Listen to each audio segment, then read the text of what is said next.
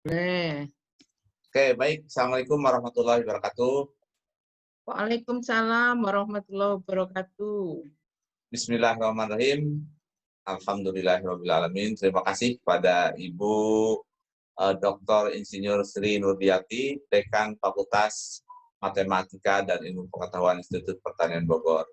Selamat bergabung, selamat datang di FEMA Voice, suara FEMA untuk individu, keluarga, dan masyarakat, berbagi informasi mengenai isu-isu terkini dan bagaimana solusinya kepada individu, keluarga maupun masyarakat. Baik, Bude. Bude ini kan sudah hampir lebih dari 30 tahun ya, berkarir di IPB sebagai peneliti, sebagai dosen, juga melakukan pengabdian masyarakat. Nah, dari semua yang telah dilakukan dan juga dari latar belakang keilmuan, nah Ibu Bude kan menyebutnya sebagai ahli di bidang apa nih kira-kira? Saya S1-nya kebetulan statistik, Pak. Kemudian S2-nya ilmu komputer, S3-nya matematika terapan. Jadi bidang keilmuan saya itu yang sekarang lebih dikenal dengan bidang ilmu formal. Oke, Sehingga irisan dari ketiganya itu adalah lebih ke arah scientific computation, jadi oke. matematika komputasi lah kira-kira Matematika seperti itu. komputasi. Oke ya, ini bidang yang menurut saya dipakai oleh semua bidang yang lain ya. Hampir semua bidang yang lain pasti memerlukan bidang. Oke, baik Bude. Melihat kondisi yang sekarang, pandemi yang hampir 3 bulan dan kemungkinan juga ini tidak ada yang tahu pasti kapan berakhirnya ya. Nah, Ibu melihat bagaimana masalah-masalah yang dihadapi masyarakat begitu. Ya, kalau saya lihat awal-awalnya memang sangat kaget semuanya, Pak. Ya, jadi masing-masing seolah-olah terdiam, terhenyak, harus stay at home, begitu ya. Kemudian mencoba bertahan. Tapi gradually saya lihat mulai ada kehidupan karena masing-masing sudah mulai beradaptasi. Ya, tentu saja dalam setiap musibah atau cobaan itu pasti ada yang diuntungkan, ada yang mengalami masalah ya. Saya lihat banyak sekali yang kehilangan mata pencarian. Tapi di sisi Hmm, lain saya baru lihat ini madu itu sangat laris sehingga petani madu itu luar biasa produktif sekarang, permintaannya lebih banyak. Jadi selalu ada plus minusnya. Kalau saya lihat memang kondisi ini mendorong kita untuk tadi mencoba survive. hmm, Ada orang yang sangat kreatif sehingga cepat menyesuaikan diri. Ada juga yang ya perlahan tapi pasti, tapi lama-lama bisa beradaptasi.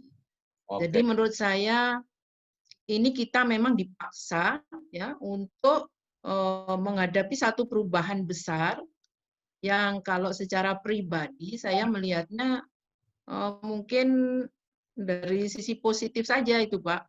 Ya, ya. Jadi Ibu melihat bahwa di masyarakat ini ternyata daya juang itu ada ya dengan kondisi yang susah ini ya.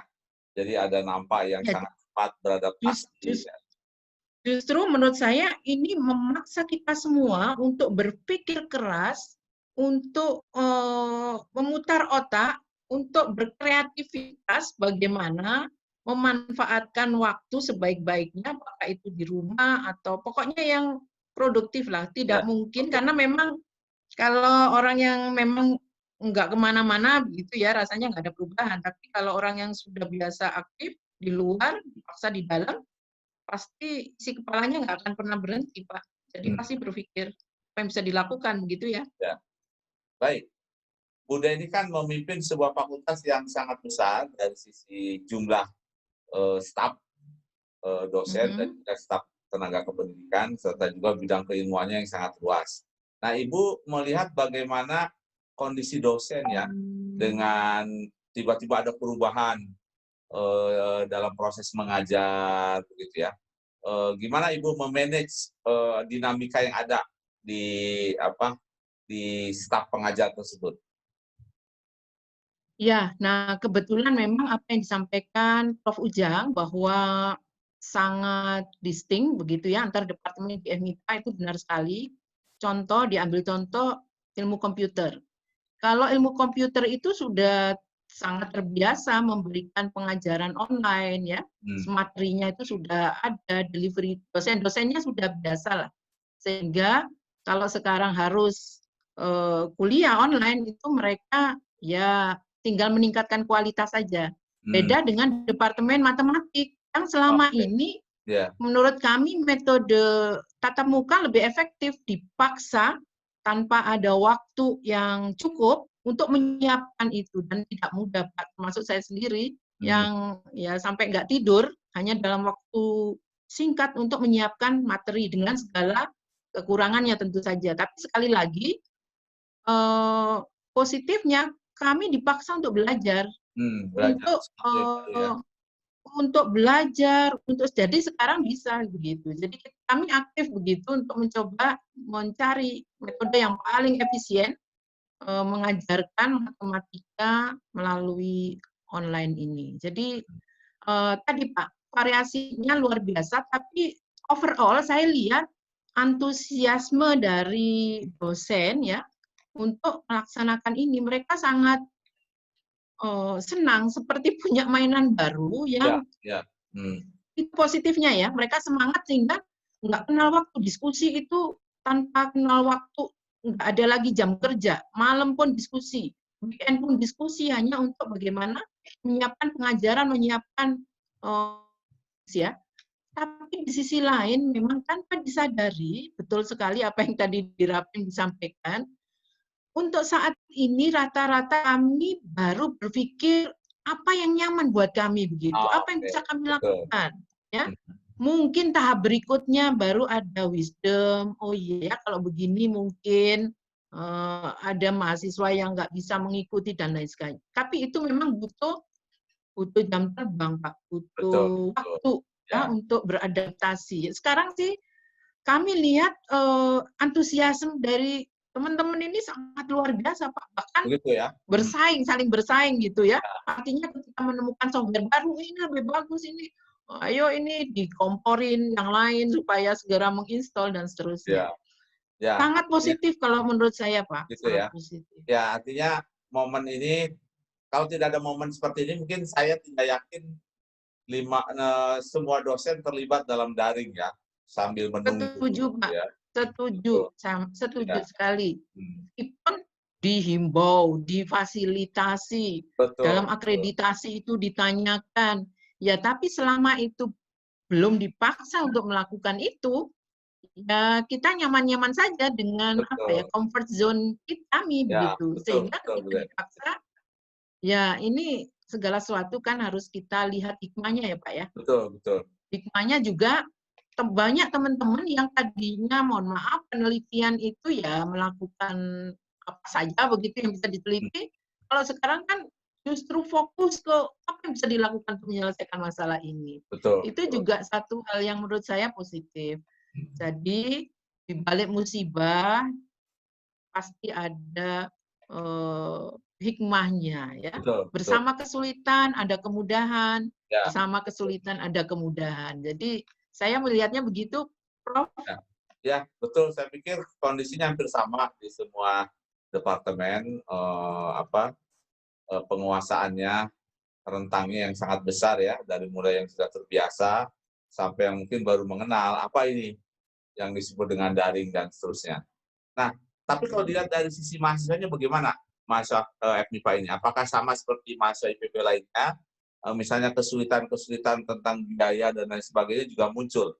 Ya.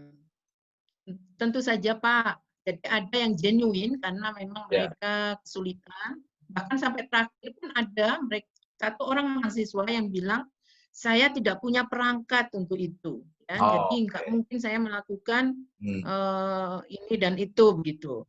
Tapi kebanyakan memang di-trigger oleh yang lain untuk menuntut haknya. Sehingga ketika dialog dengan dekan memang disampaikan rata-rata mereka kan merasa menyuarakan hati nurani mahasiswa gitu. Jadi menuntut adanya pengurangan UKT dan lain sebagainya. Tapi tetap saya jawab, ini policy IPB. Dan IPB pun kan juga harus diputuskan bersama universitas lain gitu, tidak mungkin sendirian dengan menghitung banyak faktor, banyak parameter. Jadi tuntutan mahasiswa memang yang pertama biaya, Pak. Kemudian tuntutan yang kedua, ada beberapa mahasiswa yang bilang bahwa ternyata yang selama ini mereka tinggal di kos-kosan nyaman, memanage dirinya sendiri, tapi begitu di rumah ada tambahan pekerjaan lain. Ada orang tua yang memberikan tugas tambahan begitu dan sebagainya sehingga merasa bebannya berlipat begitu.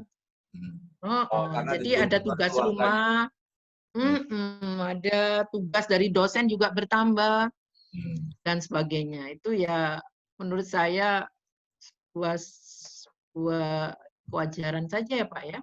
Tapi memang harus wise kita. Ya, baik, Bude. Ini kan semakin hari dengan bertambahnya jam terbang para dosen di dalam menggunakan daring, ini punya opportunity yang luas juga untuk berbagi dengan masyarakat. Artinya keahlian-keahlian dosen itu. Nah, bagaimana Bude melihatnya seperti ini? Apakah ada peluang seperti itu ada sehingga dosen lebih banyak nanti bisa berbagi dengan masyarakat? Iya, tentu saja Pak. Sekarang ini kan apalagi kalau saya lihat webinar itu luar biasa ya. Sangat-sangat aktif. Kalau dulu terkendala biaya, waktu. Kalau sekarang saya lihat webinar pun bisa malam begitu, bisa weekend. Dan saya lihat narasumbernya itu tidak hanya orang-orang yang sangat ahli dalam bidangnya, bahkan mahasiswa S2 pun bisa dijadikan narasumber begitu. Jadi kalau menurut saya sekarang ini saatnya memang bagaimana sekat-sekat keilmuan itu menjadi semakin hilang ya, karena orang cenderung berkolaborasi untuk setiap kesempatan. Jadi saya melihat apa yang ditanyakan tadi sangat memungkinkan dan saya sih secara pribadi mendukung itu ya. Webinar-webinar yang dilaksanakan sejauh sekali lagi tidak sampai meninggalkan tugas utama. Karena sebagai dosen, kalau saya lihat teman-teman terutama yang di matematika tadi kan masih harus menyiapkan materi untuk semester depan. Betul. Padahal ada kurikulum baru, itu kan bukan tugas mudah. Betul. Banyak mata kuliah yang baru. Jadi banyak, jangan sampai kita asik berwebinar, tapi kemudian ternyata tugas-tugas menyelesaikan kegiatan utama kita juga menjadi terlantar. Jadi harus ada monitoring, evaluasi dari pimpinan itu. Ya, betul, Bude. Jadi memang salah satu hikmahnya dengan adanya pandemi ini, kesempatan dosen untuk presenter itu semakin besar, dan juga panitia dengan cepat bisa menyiapkan, berbeda dengan sebelumnya kan. Kalau kita mau menyelenggarakan seminar, sudah terpikir di hotel apa, lantas terpikir biaya kan. Kemudian pesertanya juga sulit. Nah, ini mungkin salah satu hikmah ya, dengan adanya pandemik ini, nampak semangat itu ada di berbagai lini begitu ya. Nah, kalau kita lihat mahasiswa tadi, mungkin sebagian kecil saja punya problem ya. Nah, ini juga penting bagi kita ke pendidikan menengah ke bawah nih, Bude. Dari pengamatan Bude, bagaimana ini? Apakah kesulitan mereka itu lebih parah dibandingkan dengan yang di mahasiswa? Dari pengalaman Bude, padahal ini juga kebijakan. Saya kebetulan tinggal dengan ponakan saya, Pak. Satu yang kelas 2 SMP ya, yang satu lagi sudah lulus SMA. Nah, saya lihat memang rupanya beban dari gurunya juga sangat-sangat banyak ya, sehingga bahkan hampir sama levelnya dengan yang kami berikan di perguruan tinggi, di mahasiswa. Sehingga iya, kalau menurut saya menjadi sangat berat orang tua yang tidak ICT literate. Jadi kan banyak juga orang tua yang tidak melek komputer ini. Mereka kasihan itu. Sedangkan siswanya itu tertekan kalau orang tuanya tidak bisa memfasilitasi. Betul, betul. Nah, itu yang juga harus dilihat kan, variasi range dari kondisi ekonomi apalagi menengah ke bawah, pendidikan dasar ke bawah itu kan lebih bervariasi, Pak. Beda dengan Betul. yang perguruan tinggi.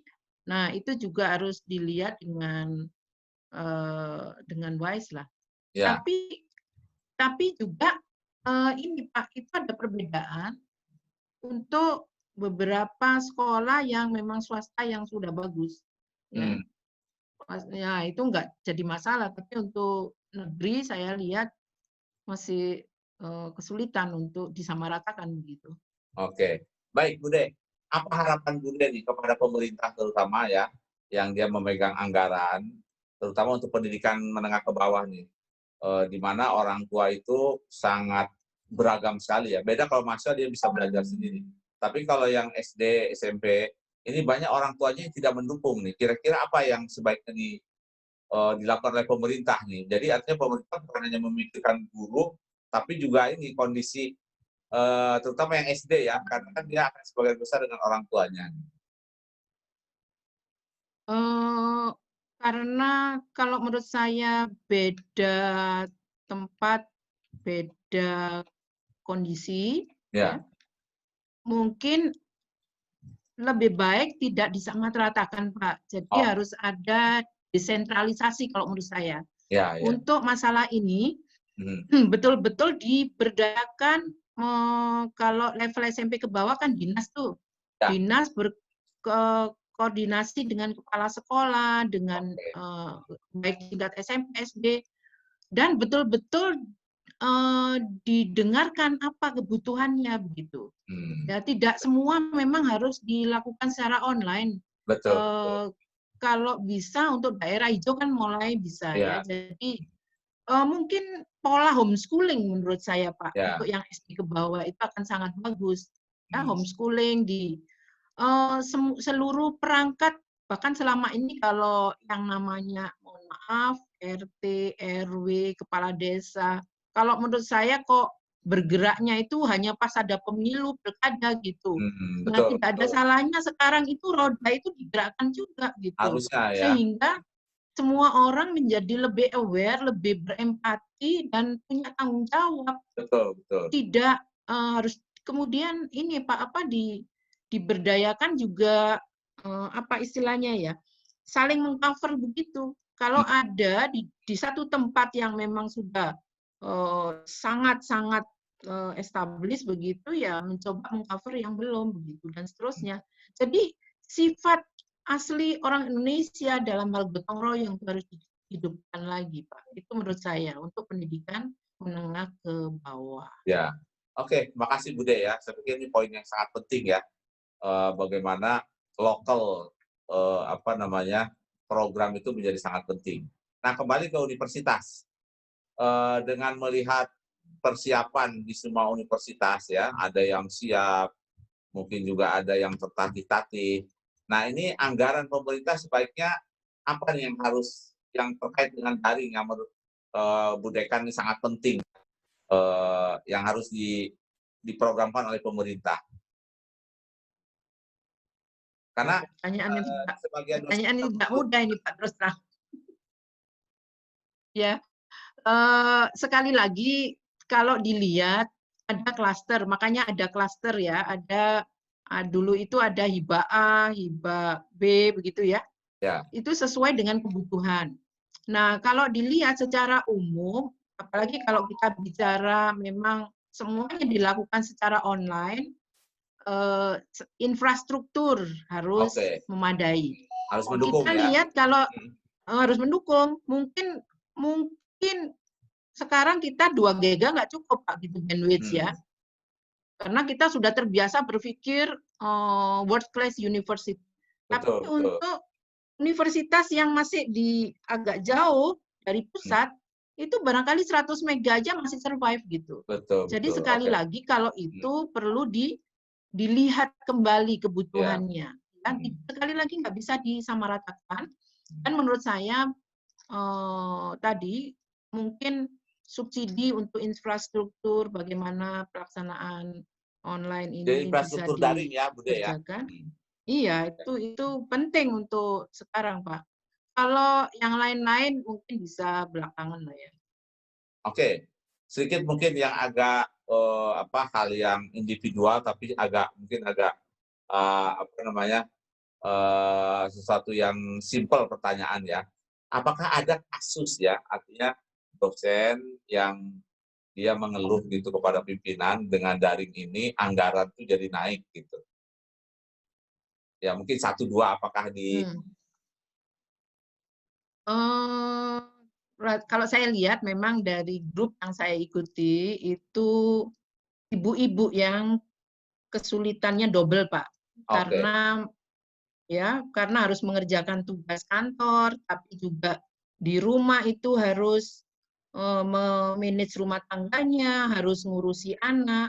ya, ya. Jadi luar biasa. Kemudian juga ada keluhan, jadi harus masak sampai 3 kali begitu. Kalau biasanya hanya untuk Oke, ya, sarapan dan makan ya. malam gitu. Nah ini kan Mhm. makan siang, apalagi kalau mohon maaf anggota keluarganya banyak, Pak. Nah, Itu betul kan betul. jumlah yang nggak sedikit gitu. Mhm. Jadi ya ada yang begitu, yang ada juga yang nyaman, yang biasa tidak kumpul menjadi kumpul. Sekali lagi kalau saya lihat begini, Pak,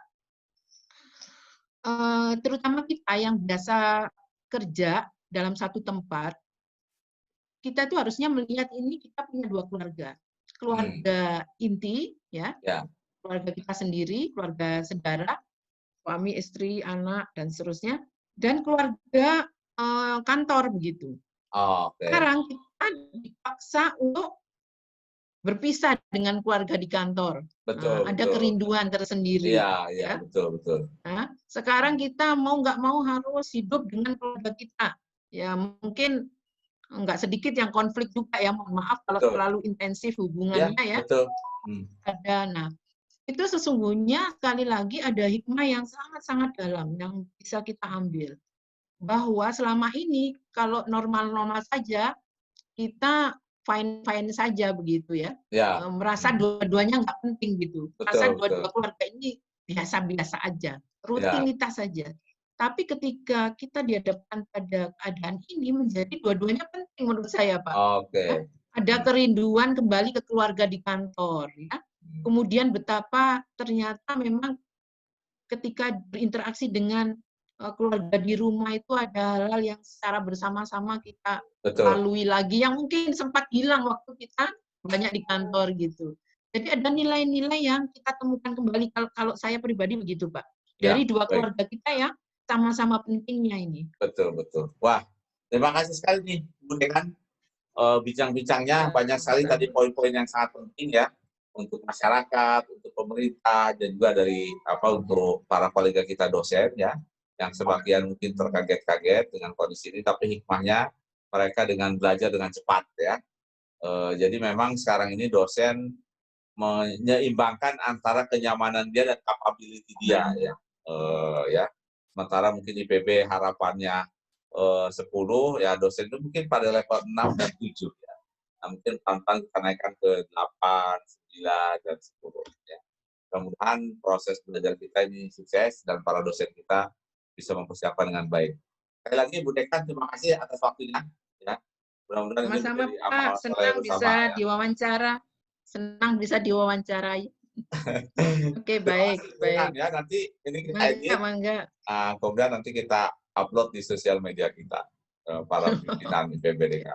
Assalamualaikum Ya. warahmatullahi wabarakatuh. Waalaikumsalam warahmatullahi, Pak. Terima kasih. Ya, makasih ya, Bude ya. Sama-sama, monggo.